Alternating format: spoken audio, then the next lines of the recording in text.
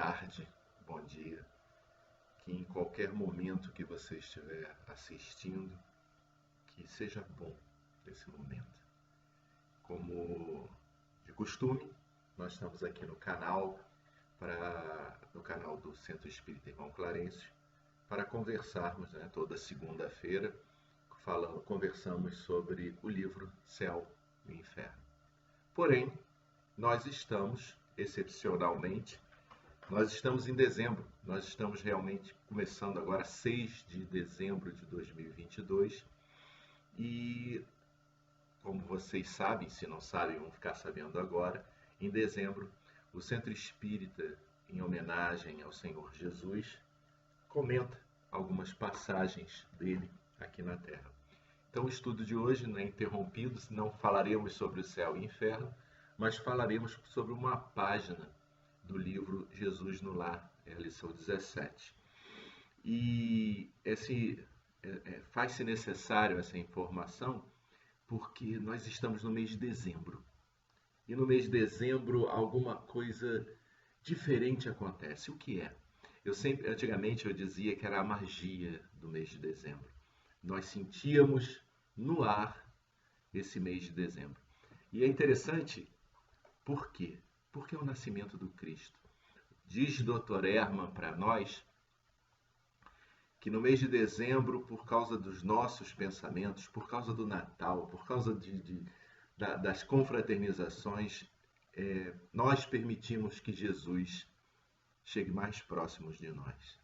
E eu acho interessante porque fizemos visita sábado passado e eu coloquei isso, o estudo foi meu, e coloquei isso para o grupo.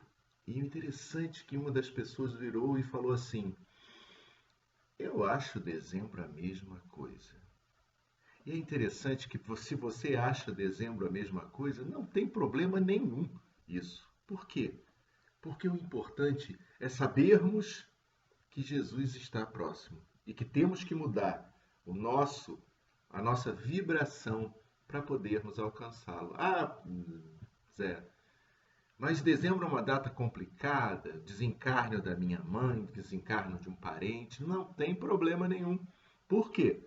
Porque eu também tive essa dificuldade. No dia 14 de dezembro de 2005, minha mãe também desencarnou. Aquele Natal foi terrível, foi muito difícil. Porém, o tempo passa, os corações se acalmam, o estudo da doutrina espírita nos faz perceber o quanto importante é nos conscientizarmos, e aí o Natal volta a ser sentido, volta essa magia, como eu gosto de brincar, ser percebida por cada um de nós. Então não tem problema, se você não sente essa magia do Natal, esse cheiro de Natal no ar no mês de dezembro, não tem problema algum. Por quê? Porque um dia você vai sentir. Um dia você vai começar a verificar essa vibração maravilhosa que o mês de dezembro nos traz. Hoje, então, o estudo é do livro Jesus no Lar. Antes de nós fazermos a nossa prece, não pensem que eu esqueci da nossa prece. Não, eu vou ler a lição de hoje e depois a gente faz a nossa prece para a gente poder ficar na vibração do estudo. Então vamos lá, deixa eu abrir aqui meu celular e vamos ler. A lição é a lição 17, como eu falei, a exaltação da cortesia. Diz assim, o Lúcio para nós. À frente da multidão de sofredores e desalentados, relacionou o mestre as bem-aventuranças, destacando com ênfase a declaração de que os mansos herdarão a terra. A afirmativa, porém, soou entre os discípulos de maneira menos agradável.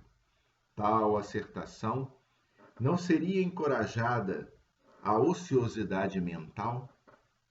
Se o Evangelho reclamava espíritos valorosos na sementeira das verdades renovadoras, como acordar a promessa com a necessidade do destemor?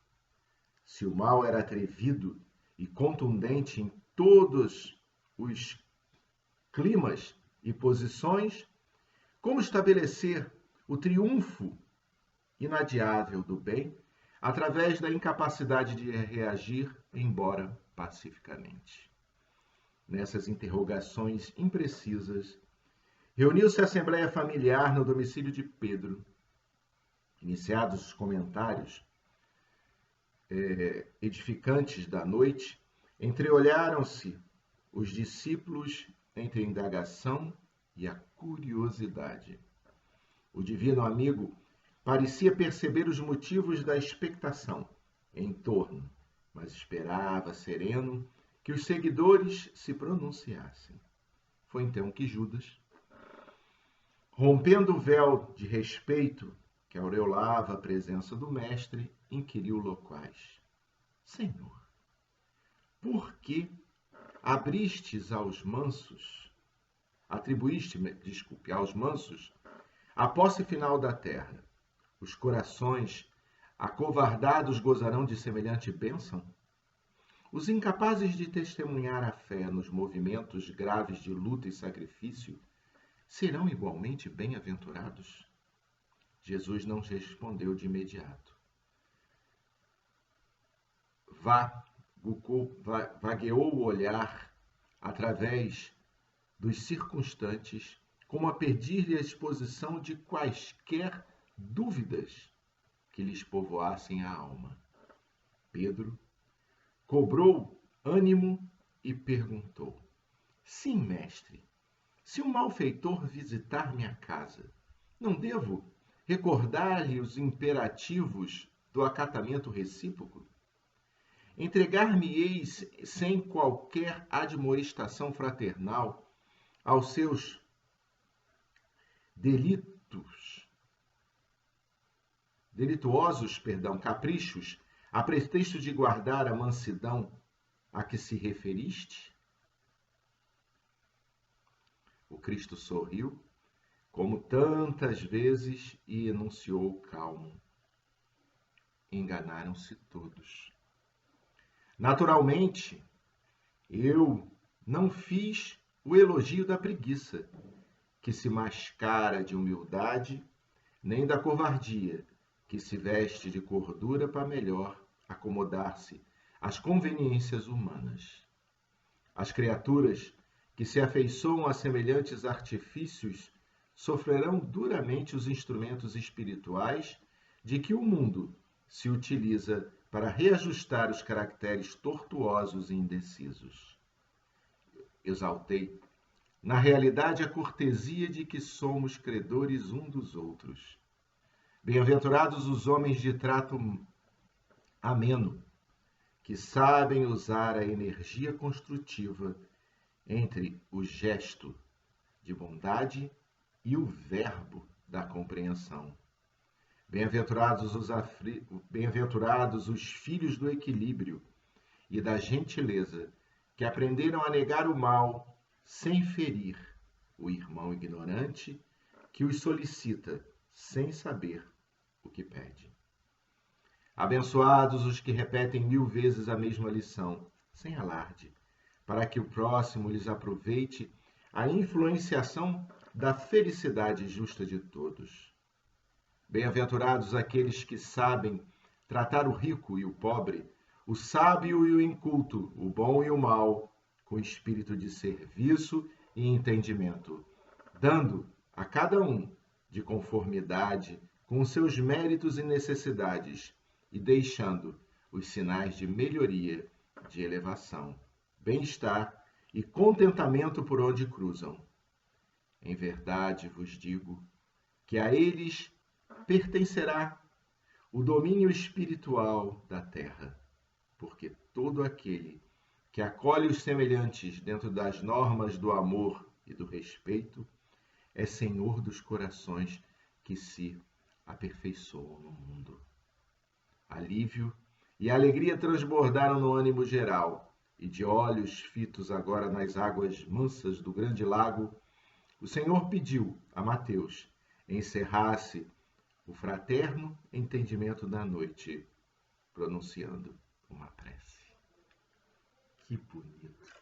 Vamos unir os nossos pensamentos, então, nesse instante, e dizermos assim: Senhor Jesus, obrigado, Mestre amado, pela oportunidade maravilhosa de estarmos aqui, ouvindo as tuas palavras. Que possam os nossos corações, as nossas mentes, nos reunirem e te pedirem, Senhor, pacifica-nos. Ajuda-nos a entender o teu Evangelho. Ajuda-nos a entender as dificuldades porque agora estamos passando. Fortalece, Senhor, a nossa vontade no bem. Ajuda-nos através da compreensão que a doutrina espírita nos dá, o esclarecimento das tuas palavras, da tua passagem. A justiça de Deus que impera junto com a misericórdia para todos nós. E assim, Senhor, nesse momento, possamos, unindo esses pensamentos, dar por iniciado esse estudo desse momento, dessa lição maravilhosa de Jesus no lar. Que a tua paz, Senhor, permaneça com todos nós. Que assim seja, graças a Deus.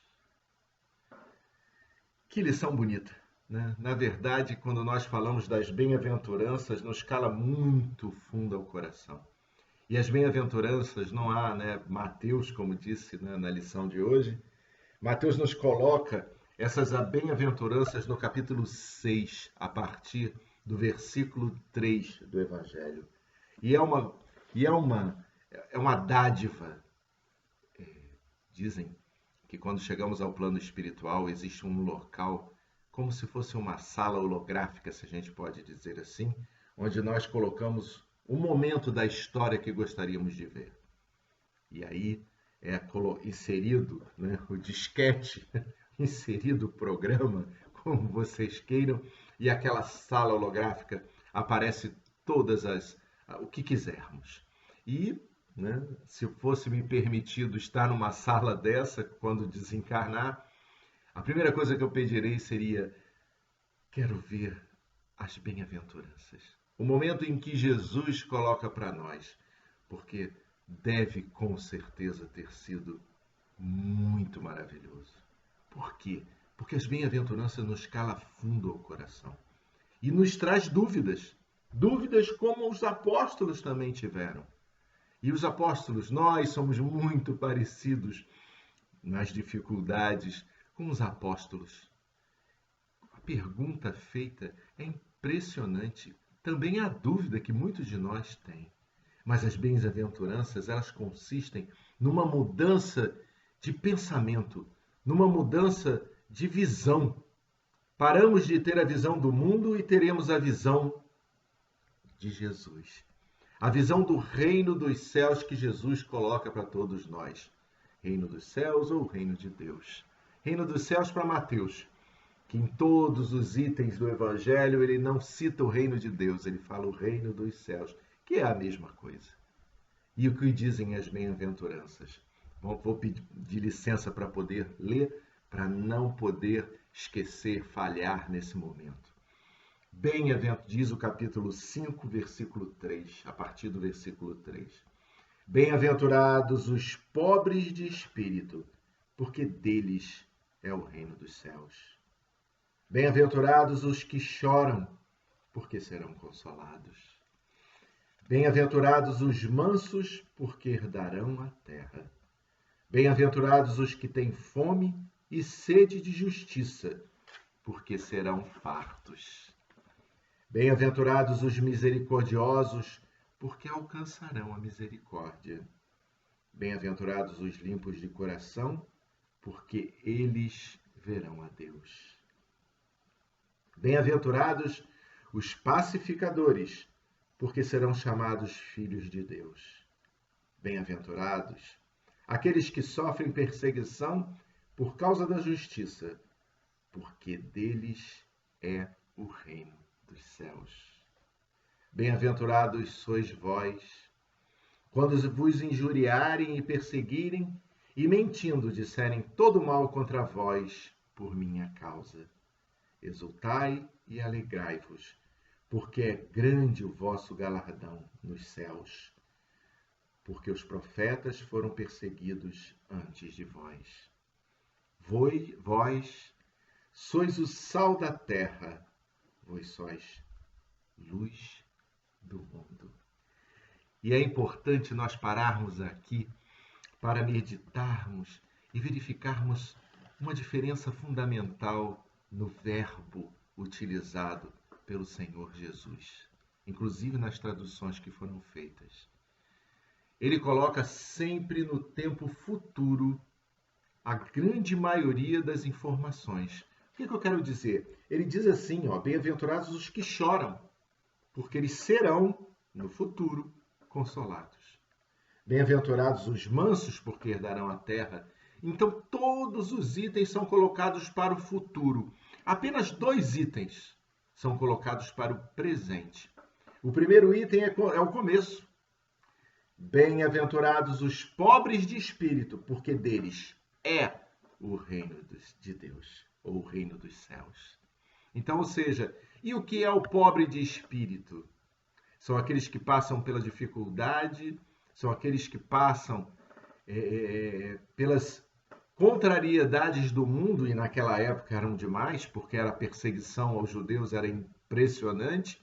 Jesus dá esse alento, dizendo a todos aqueles que sofrem, porque pobre de espírito é aquele que sofre, que estava sofrendo em nome daquela crença, em nome da busca do Deus único, e ele afirma que deles é o reino dos céus.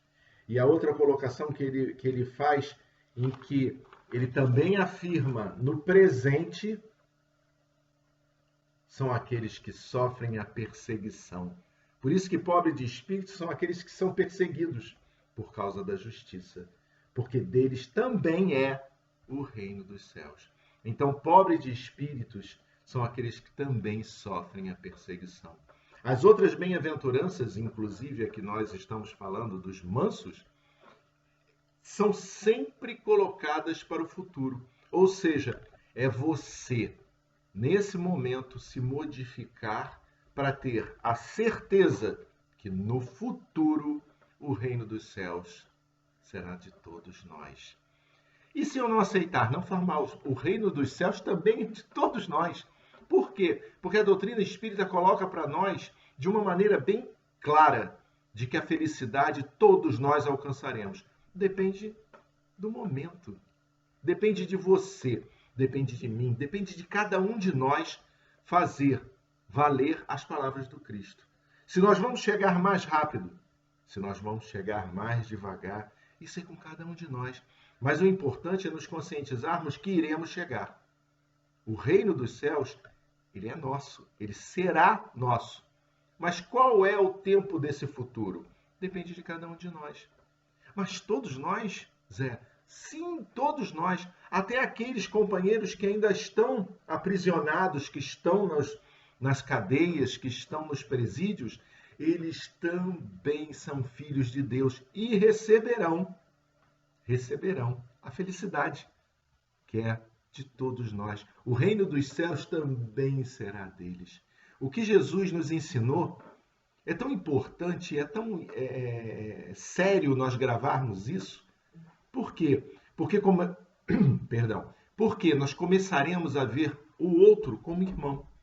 E aquele irmão que num momento de desatino estiver triste, estiver fazendo bobagens, assaltando, roubando, você vai encará-lo como um irmão doente e vai compreender que a misericórdia de Deus também e a sua justiça também alcançarão um companheiro.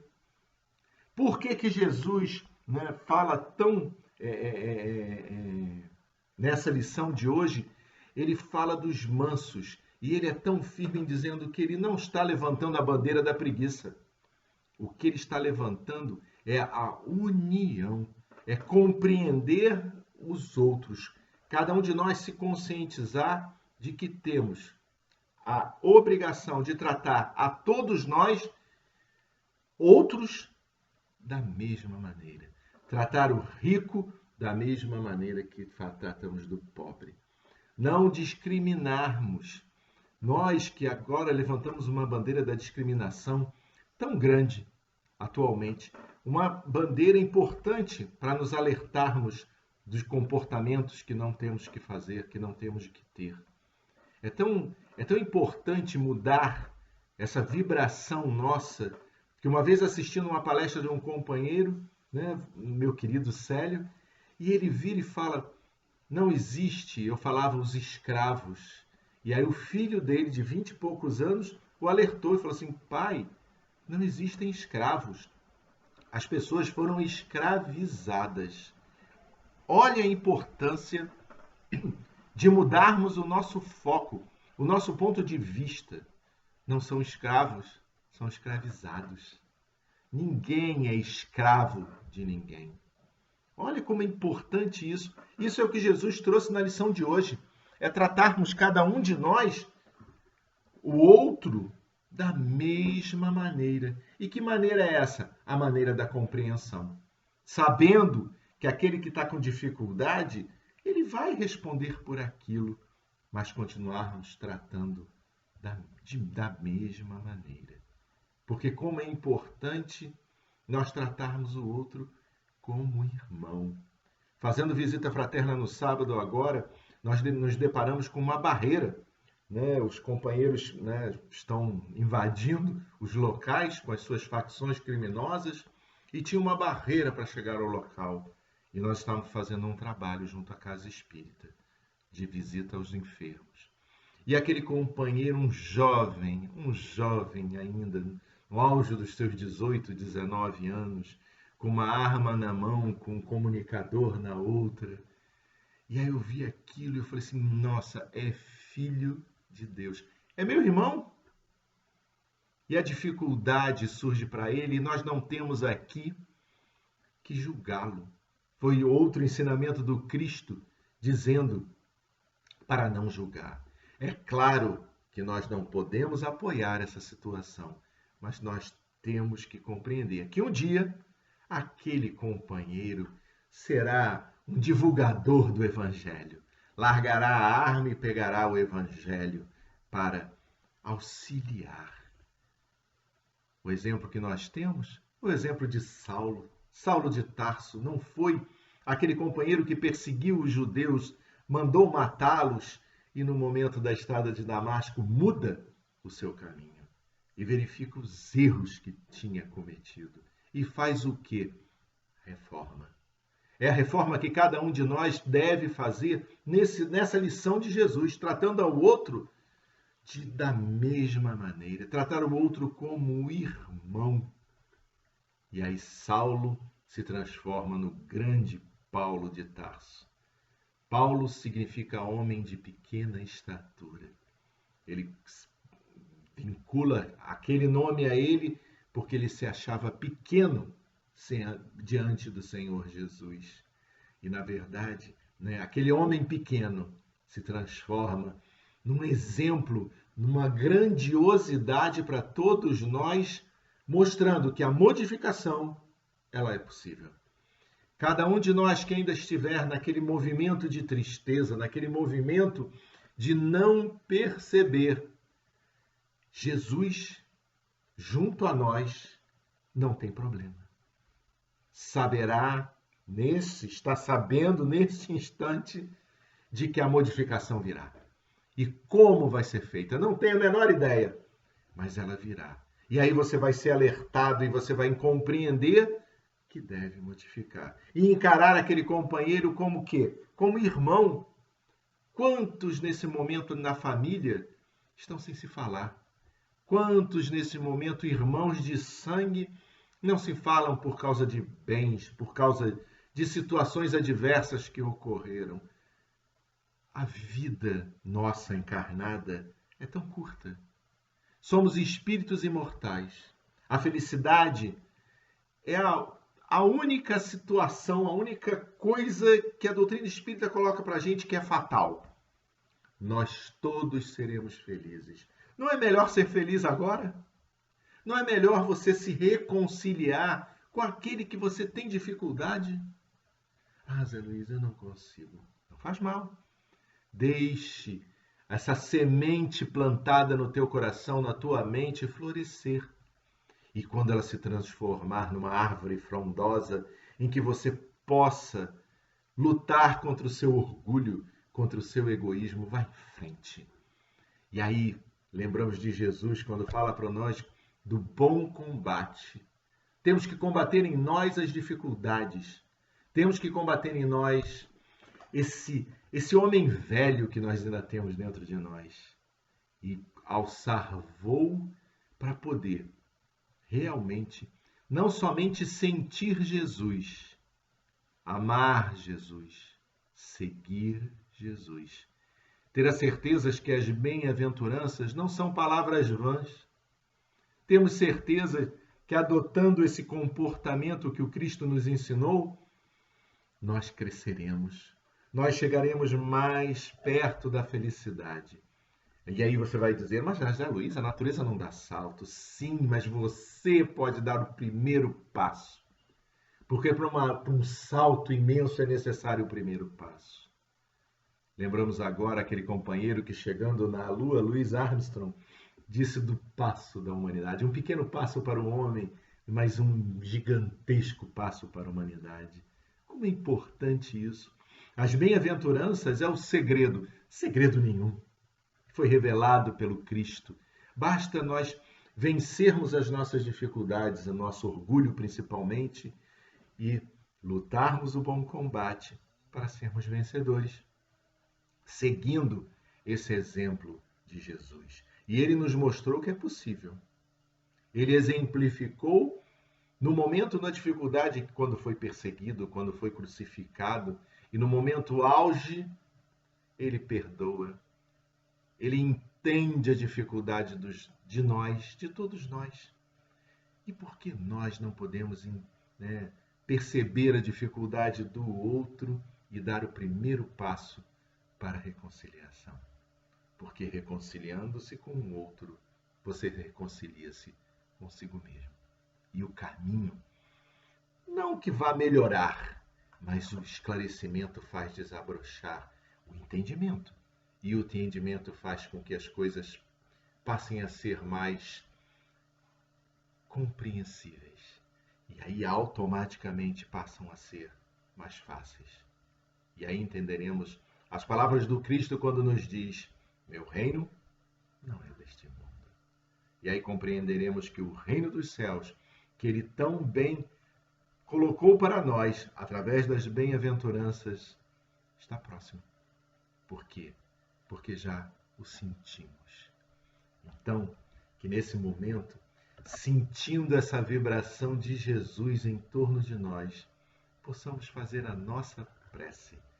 A nossa prece não só de restabelecimento físico, de restabelecimento espiritual, mas principalmente a nossa prece de agradecimento por essa oportunidade de estarmos encarnados, passando por dificuldades, sim, mas vivos para nos melhorarmos.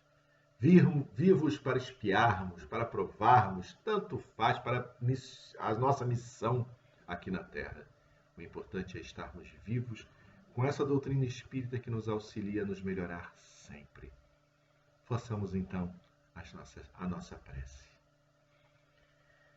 Senhor Jesus, muito obrigado por essa oportunidade maravilhosa de estarmos aqui conversando sobre a tua doutrina, sobre o teu exemplo, sobre as bem-aventuranças. Auxilia-nos, Senhor, a vencermos a nós mesmos, nos conhecendo, nos crescendo, fazendo crescer e chegando mais próximo de ti, Senhor. Ajuda-nos na nossa dificuldade, na nossa incredulidade, como disse o companheiro, a te procurar para a cura do filho. Quando tu perguntastes, tu crês? E ele disse, ajuda, Senhor, na minha incredulidade. Que possamos nós, que somos tão incrédulos por vezes, temos a certeza que tu nos ampara, tu carrega-nos no colo, Senhor. Que possamos te agradecer. Agradecer a oportunidade dessa doutrina espírita, agradecer a oportunidade de aqui estarmos e faz-nos, Senhor, perseverar no caminho do bem.